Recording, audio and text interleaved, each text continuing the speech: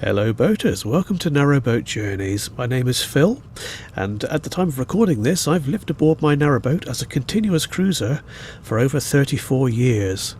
I share my home with my two cats, Bushka and Midge, and we spend our days travelling the canal system and making videos. I'm on the Trent and Mersey Canal and just heading towards Great Haywood. Now, this is an evening cruise. It was supposed to be an early morning cruise, but the cats had other ideas about that. Unfortunately, the lighting is not quite so good in the evening. It would have been better earlier in the day, but, well, we can't always have things the way we want them. So, thanks to the cats, we're setting off at about 6:30 this was. As you can see, it's a very busy spot around here. Lots of visiting boats. There's no shortage of mooring places, though, so you'll probably get in somewhere.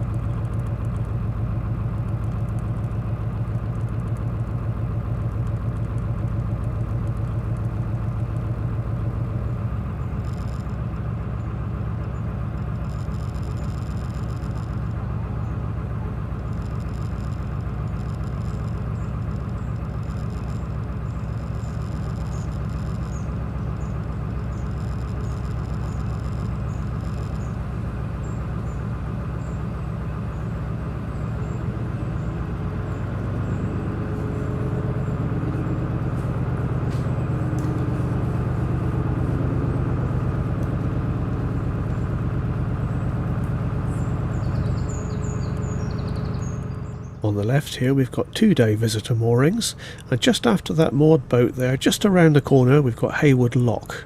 The only thing that put me off from stopping here is that the towpath in this general area is very, very busy.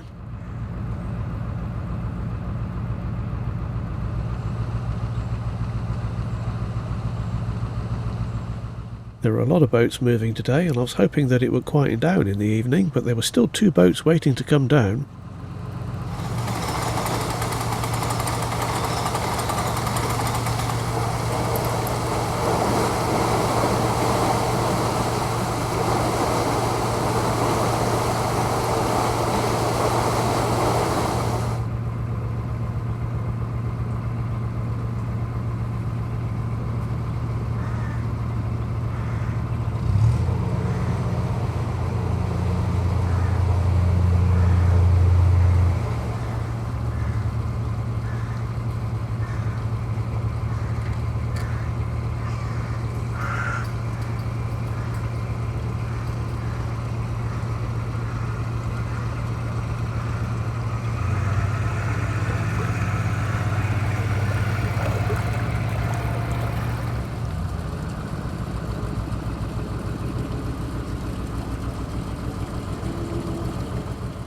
One advantage of boating when it's busy is that you may well get some help at locks.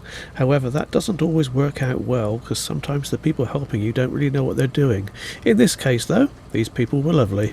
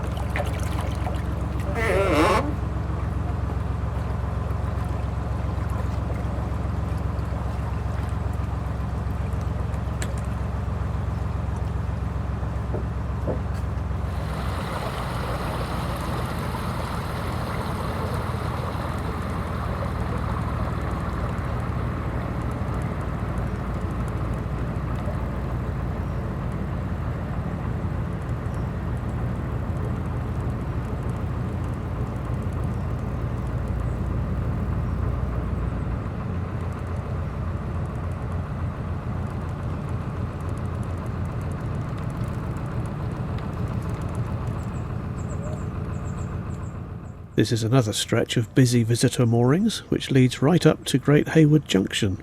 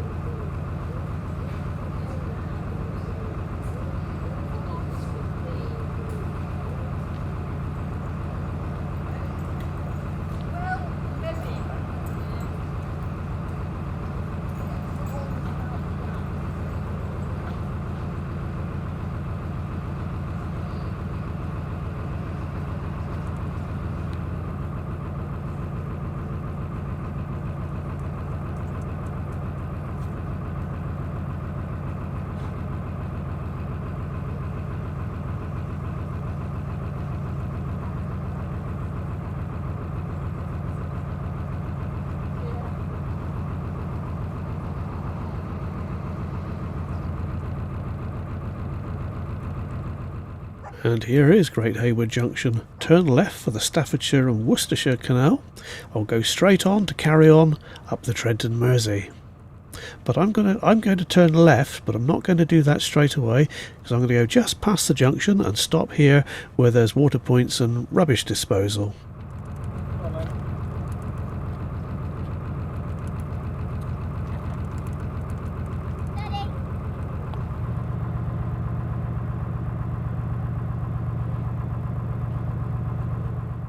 Don't be tempted to dispose of anything unsuitable in the rubbish place here, because they've got cameras watching it now. That's a new thing. That wasn't here last time I visited a few years ago. The boatyard to the left has got L-sand disposal as well, but it's not CRT. You'll have to pay for that, and it's only available when the boatyard is open.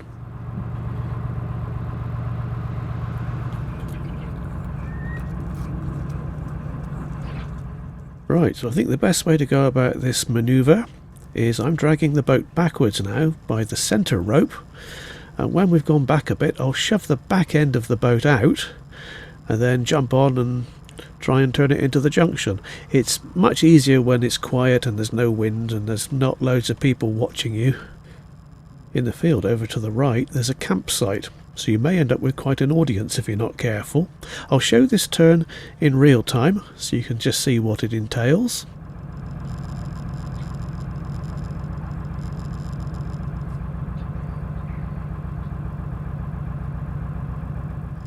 Before I started reversing, I walked up to this junction bridge here and had a look to see if there were any boats coming, because that would just complicate things. It'd be better to wait for them to get through, but it was all quiet, so no problem.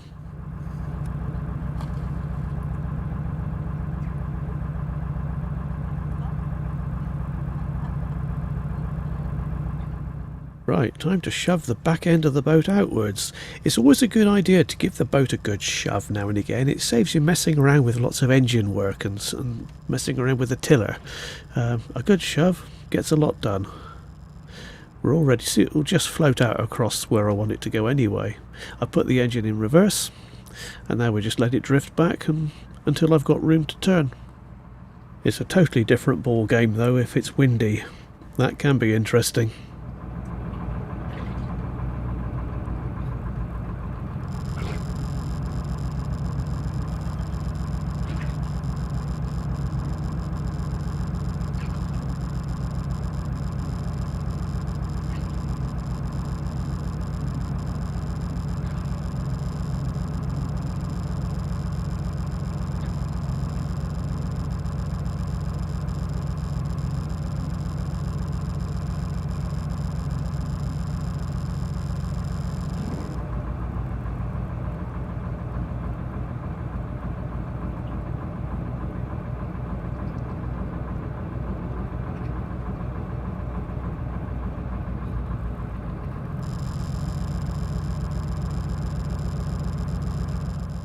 I've decided the boat's gone back far enough now, so I can put it into forward gear and we'll turn the boat around.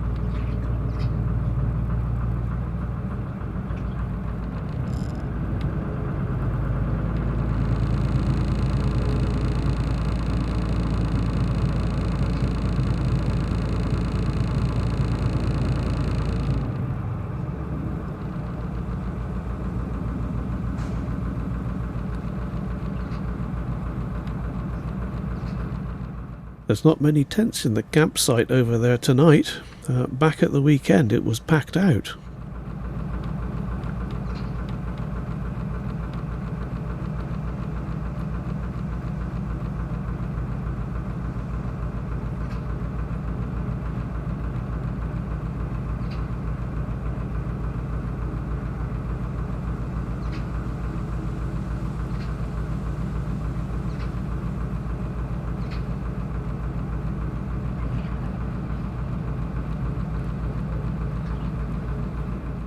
There's a couple of narrow bits here. These are aqueducts across the River Trent. The main part of the river, though, is on the next one. All of the boats that you can see along here on the right, they're all private long-term moorings.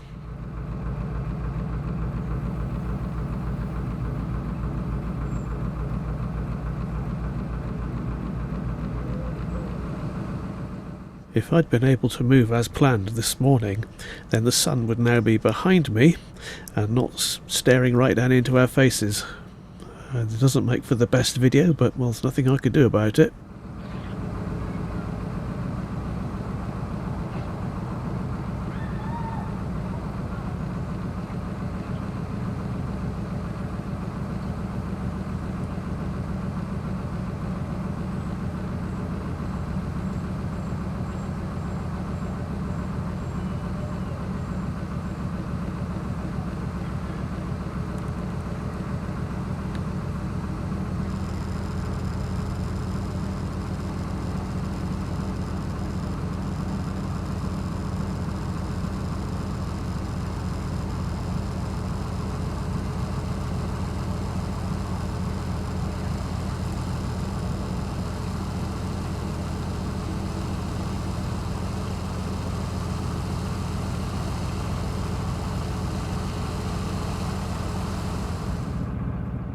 If you try and stop on this metal piling on the left, someone's going to probably moan at you because you're not allowed to stop there, apparently. But a little bit further on, past the moored boats on the right here, there's a post marking where you can and cannot stop. So there's the post on the left. No mooring on this side, but you're okay on the other side.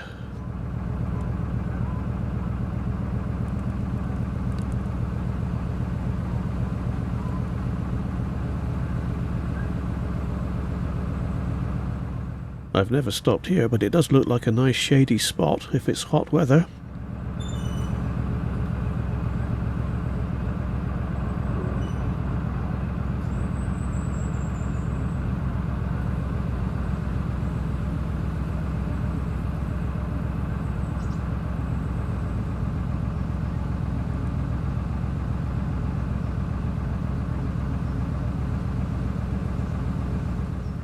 After this bridge, the mooring is not so good until you get to Tixall Wide, and everybody wants to stop there.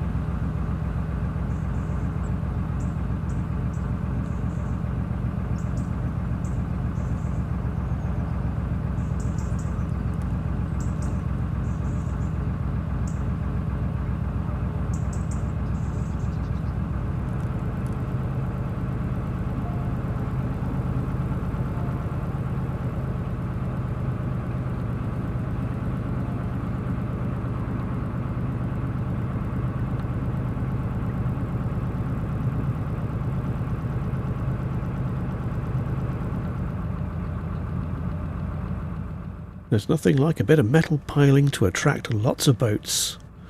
This is not Tixall Wide, that's just around the corner, but it gets incredibly busy.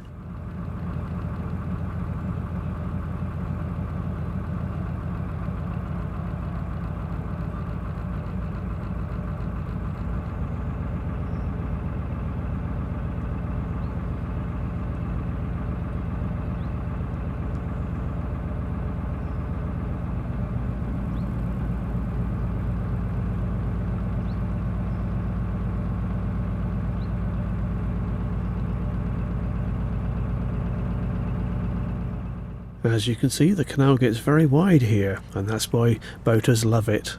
Now you can boat through the centre of this wide bit, but don't be tempted to go over to the right too much because it's very shallow and you'll probably run aground.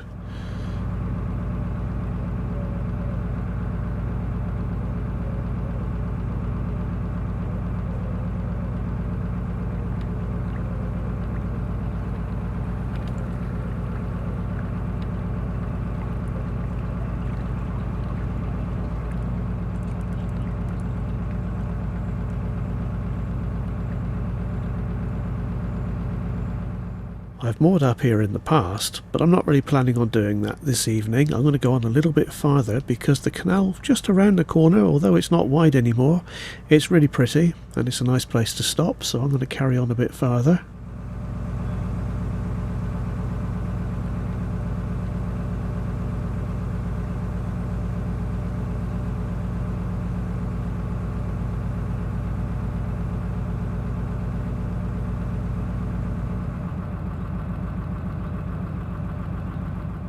That boat at the end there has left its headlight on. I better let them know, because they might have a flat battery in the morning otherwise.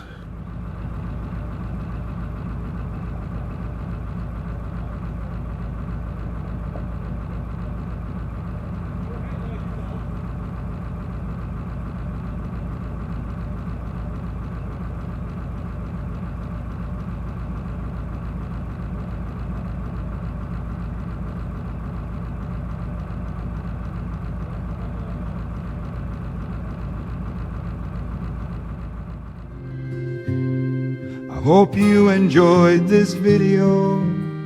Please like and subscribe. I'll see you next time on Narrowboat Journeys.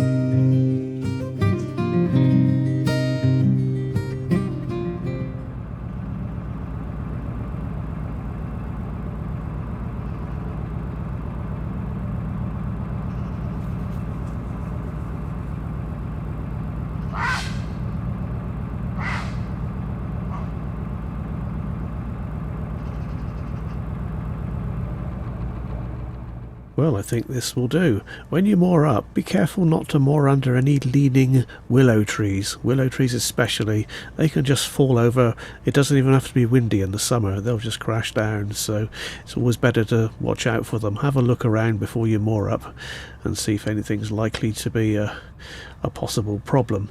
Anyway, stay tuned for the cats. Thank you very much for watching. I'll see you next time.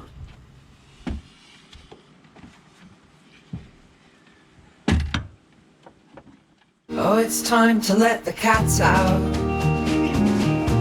They've been shut in far too long. First one out is Bushka, closely followed by Midge.